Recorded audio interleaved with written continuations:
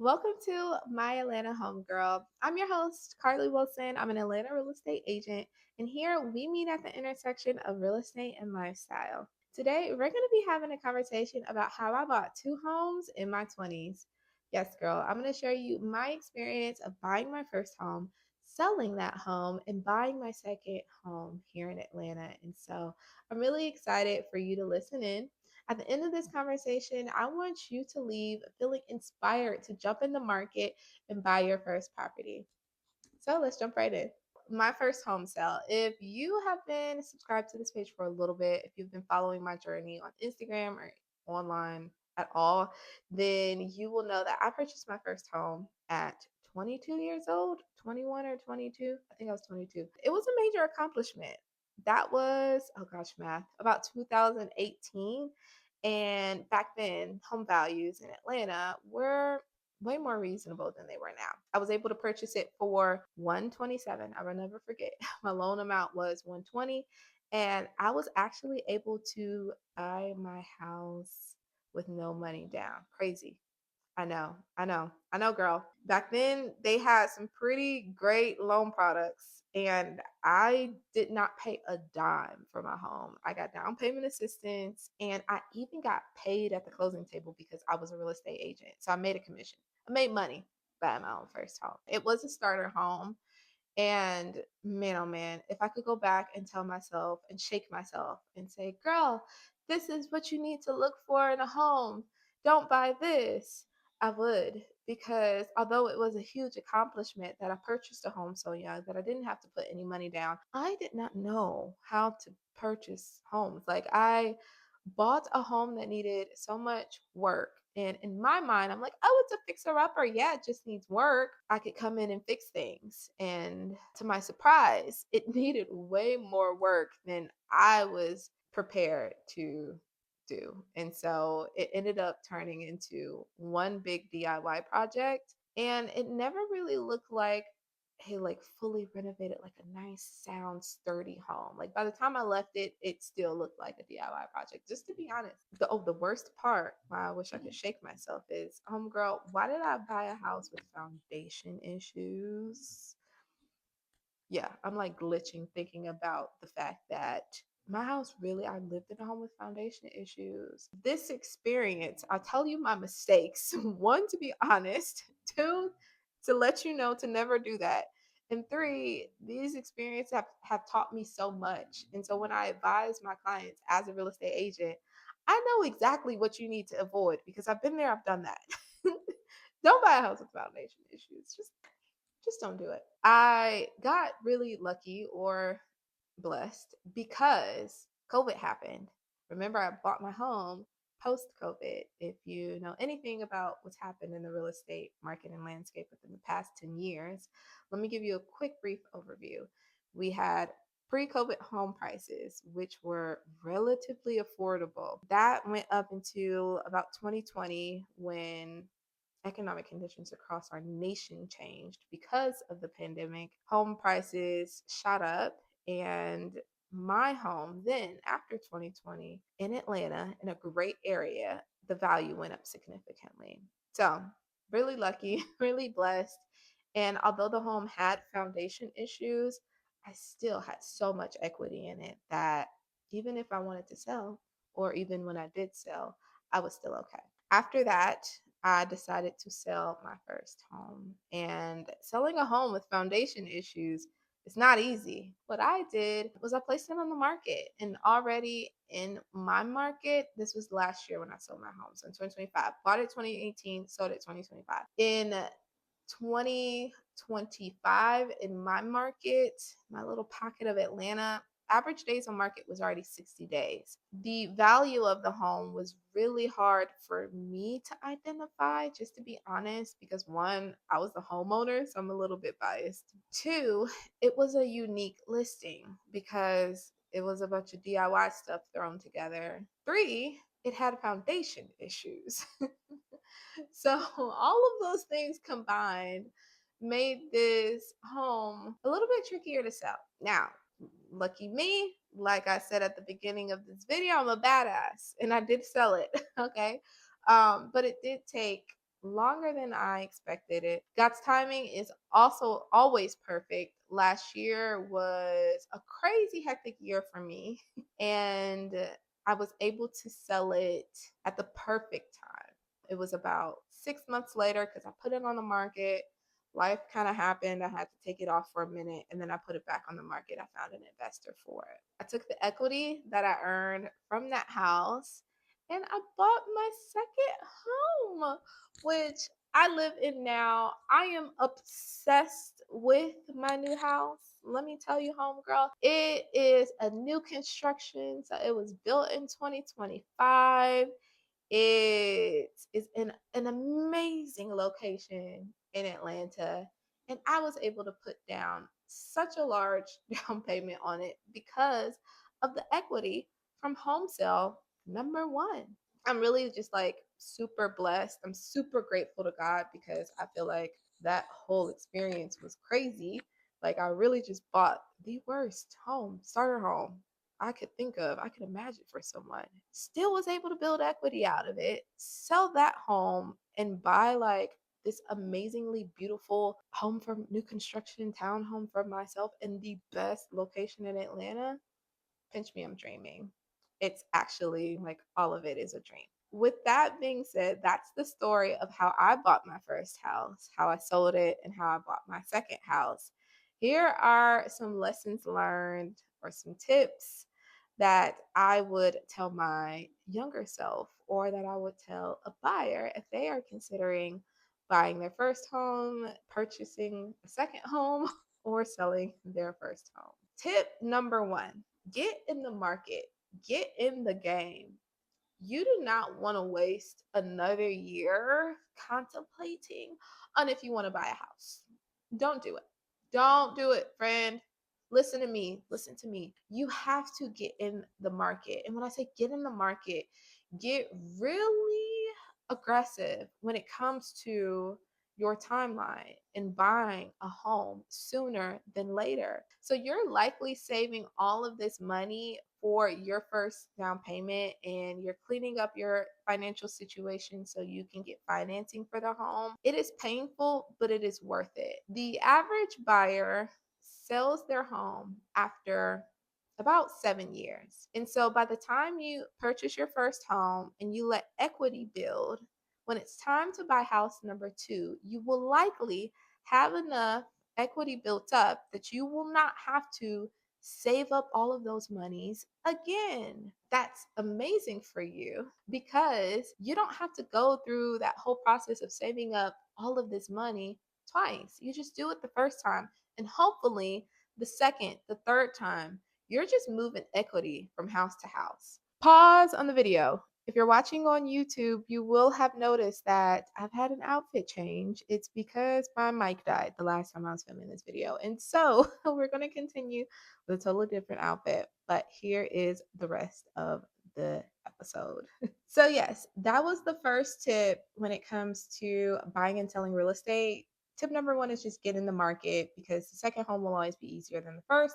So you want to just start off by getting into your first home and starting sooner rather than later. The second tip that I want you to know is for timeline and when to start the process. So I recommend starting the process for selling a home if you want to buy a second home 6 months at minimum before you list the home for sale. And one of the first things that you want to do is get a pre-approval. And I know it may take you a year and a half to actually close on your home and move into the next home, but you still want to connect with the lender before you even start this entire process because you want to make sure before you go through the hard work of getting your house ready to list, getting your house ready to sell, placing it on the market, and you have this expectation that you can buy a second house, before you even go through all of that hard work, you want to get connected with a lender so that they can verify, hey, yes, you're good to go to buy a second house. So that would be the first thing that you want to do. And then about 1 year to 6 months before listing, that is when I would recommend taking the process to start cleaning and decluttering your home. I took time to clean out my entire crawl space. I cleaned out each room and I went room by room. I started with the kitchen, cleaned that out. Then I went to the bathroom and then did each room in my house. And when I say clean that out, the process that I did was in the basement, for example, or in my crawl space. I just got rid of everything that I didn't need or I didn't want, or things that didn't bring me joy. I started actually practicing minimalism at that time, which I still practice to this day. And it's just the idea of letting go of things that do not serve you. If you are also a millennial or a Gen Zer, you probably also have the millennial Gen Z itch to throw everything away. And that process is so freeing. Now is the perfect time when you're about to sell your house. Like, clean everything out. You don't want to take anything with you into the next house that doesn't resemble that next era of your life, right? So, everything that comes with you has to be a representation of what you want that new season to look like. And so, I threw everything away, everything that reminded me of the past or stuff that was just old, dated. Like, oh, I used this once. Like, I tossed it. And what I saved, I decided to put in storage bins. And I saved all of these things in bins in my crawl space. If you have storage at home, use a garage, use an attic, anywhere that you can save and preserve the things that you want to take. Now is the best time to do so. And I started this process 1 year before I listed my home for sale. Now, you can do this process 6 months before you list. I recommend not doing anything less than 6 months to a year to start this process of decluttering, cleaning. If you're a person that just lives like super OCD already, if you're a person that like your house, you live in a house that feels staged, then you can skip this part. But for me, like my house didn't feel staged. It felt cluttered, it felt overwhelming. And the last thing you want is for you to start hiring real estate agents and they come in and say, like, whoa, we need to do a lot of work before we actually list. So that's why I'd recommend doing this 6 months to a year out.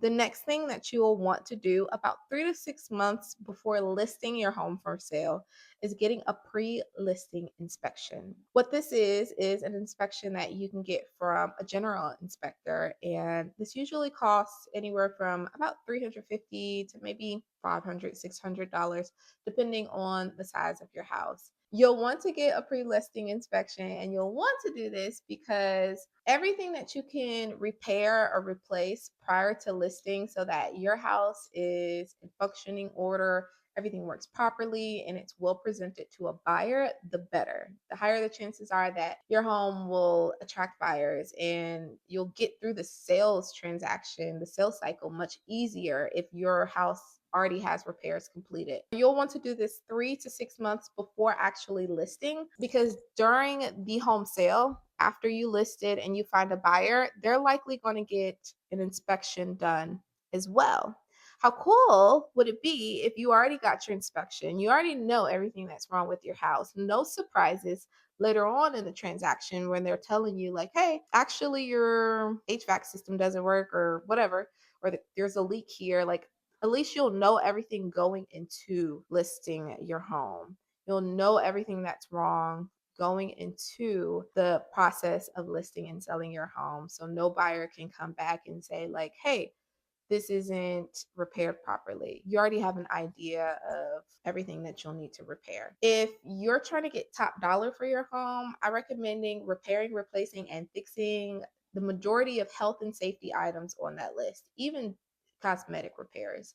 I would try to get a lot of that done as possible, as much as budget permits. Okay, so after repairs, 1 to 2 months before you list the home for sale, that is when I recommend starting reaching out to real estate agents. By this time, your home should be about ready to list, and you can have them come in, give additional recommendations if you need it, specific recommendations to your home.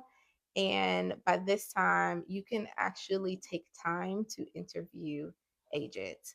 I see a lot of home sellers go wrong when they don't take time to interview agents and they pick a friend or family member or some agent that they just met a couple weeks ago, and they don't properly interview them. And what I mean by interview them is invite them into your house and let them explain to you why they should earn your business. This should not intimidate them. This should not offend them. If they're a friend and you're like, hey, I just want to sit down with you, you don't even have to use the word interview, but I just want to talk to you about your process. If they're a friend and they don't come to you with all the bells and whistles like they do another client, that's a red flag. Like, you should really take that process seriously, because you want to know that you're hiring somebody that can do the best job and that they won't treat you casually. Now, I'm not saying that a personal relationship is not important and that you can't be casual with your agent, because I'm casual with my friends all the time. But when it's time to sit down and talk about business, which is this home sale, you need to know that they can switch that flip on or off, right? Like, they know when it is to start sit down, going through the numbers and talking about business, and when it's time to like have friendly conversation. Some things that you want to ask this real estate agent during this interview process: you want to ask them how many homes they've sold, how long have they been licensed, do they usually work with buyers or sellers, do they have experience selling in that particular neighborhood. And if they don't, let's say they don't have a lot of these things, do they have experience that can back up and relate to what you need to get done? For example, if you ask them how many homes that they've sold, let's say they've only sold one or two houses, but they have a team that they work with that can, be an additional layer of support if they need it, and they rely on them and they work closely together. Right? Can they back it up? Or are they just doing one or two houses and have no support? When you ask them, do they sell a lot of homes in this market or in this neighborhood? Maybe they don't sell a lot of homes in that neighborhood, but they can tell you of a specific instance where there's another home in a similar neighborhood, and this is how they sold that. I'm not saying they have to be like this perfect megastar agent, because I want to leave space for the agents that are new or who only do a couple transactions a year. And I'm not want to say that like volume automatically equals like they're great agents, because I've seen some agents that sell a few houses a year who are awesome. But I'm just saying, like, ask them these questions so that you can feel like they have the support to be able to support you, that they have relevant experience, and that they can explain to you with the home selling process in a way that's easy and simple, and you can understand it, and you feel confident that throughout this entire process, and that they can continue to explain these concepts in a way that's easy to understand, and that you can trust them to give you the next best step. Some other questions to ask them are stories or experiences where they had to negotiate on a client's behalf, or a story or an experience where a transaction wasn't really going so well and they had to intervene. These are great questions for agents. And no matter what their sales volume, maybe they're telling you a story of relevant experience. Maybe previously they worked in corporate and they're able to tie in how they're able to advocate and negotiate for their client. These are amazing questions to ask your agent when you're interviewing them 1 to 2 months before you list your home. So don't take this part lightly. Do the homework, interview an agent, and find somebody that really resonates with you. Once you hire an agent 1 to 2 months before you list your home, they can help you set proper expectations, what to expect between listing and actually selling. I've given you this 6 month to 1 year timeline on what to expect before you actually list your home, but what to expect from listing to actually selling may be completely different and based on the guidance of the real estate agent you hire, because each market looks completely different. They can tell you how long to expect to be listed. Maybe you should expect to be on the market for 60 days. Maybe you should expect to be on the market for 100 days. Every market is different, and your real estate agent should be a local market and know how to set proper expectations for you in your area. The next tip is to have extra funds saved. And this is important when you're selling a house, especially, and even buying a house. First, remember that repair piece. You want to have some extra funds saved so that you can have the funds to repair your house. If you don't have the funds to repair it, that's fine. Let's say you want to sell house number one and move into house number two. From the proceeds of the sale of house number one, make sure you put some money to the side before buying house number two. Like save some money back for moving expenses, for movers, for more furniture. Maybe in the next house you want to have all new furniture. One of the smartest things that I did, and I'm so grateful that I did this, was I saved up enough budget in my home sale for furniture. And so I was able to completely like sell or junk all of the furniture from house number one. I wanted to like start my life over when I moved into house number two. Like I wanted a fresh start. I like junked everything, threw away all my furniture, and I put a portion of the proceeds from the home sale aside so that I could buy all new furniture for house number two. Pro tip, definitely recommend it. You will thank yourself later. Tip number 5 is start shopping for a home around the time that you list your home. Now, you could start looking at homes sooner. Remember, you're going to be pre approved when you begin this process. But if you do decide to look sooner, just know like you may be causing yourself frustration because you have to go through this entire process of selling, and that home may not be available. And you're just kind of getting ahead of yourself. And that can take a lot of emotional energy and labor, which I just don't recommend. So let's focus on one step at a time, listing your house for sale first. And then later down the line, later in the process, I would really get serious about looking at homes and shopping for a home. Particularly, I would recommend start looking and shopping for a home around the time that you list your home for sale. So let's say you list your home on Monday, and by that weekend, you're going out to view homes. But your house still isn't even under contract, and you don't even know when your home is going to sell. Sometimes, some sellers, they allow you to put a contingency in that offer stating that that offer is contingent of your previous home selling. Sometimes sellers will take this, sometimes they won't. If you're trying to buy a new construction, I remember when I was purchasing my home, which is a new construction, some of the builders would take this contingency. They would reserve a lot for me, knowing that this lot was reserved based on my home selling or going under contract. So there are some creative ways that you can kind of get ahead of this if you really want to reserve something or take something off the market and yours hasn't gone under contract yet. There are some creative ways that you can negotiate that. Typically, sellers will want to see that your home is at least under contract before they take your offer seriously.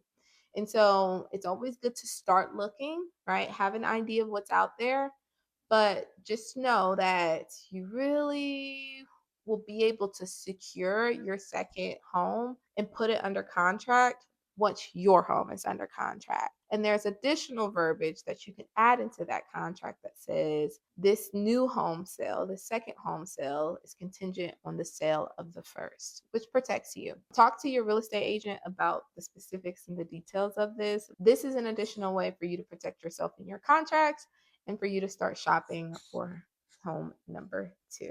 Okay, you guys, those are all of the tips that I have for you when it comes to selling your first home and buying a second home. I'm excited that I was able to share some knowledge about this process through my personal experience. And I hope that from this video, you were able to have more clarity around what to expect when it comes to selling your first home and buying a second.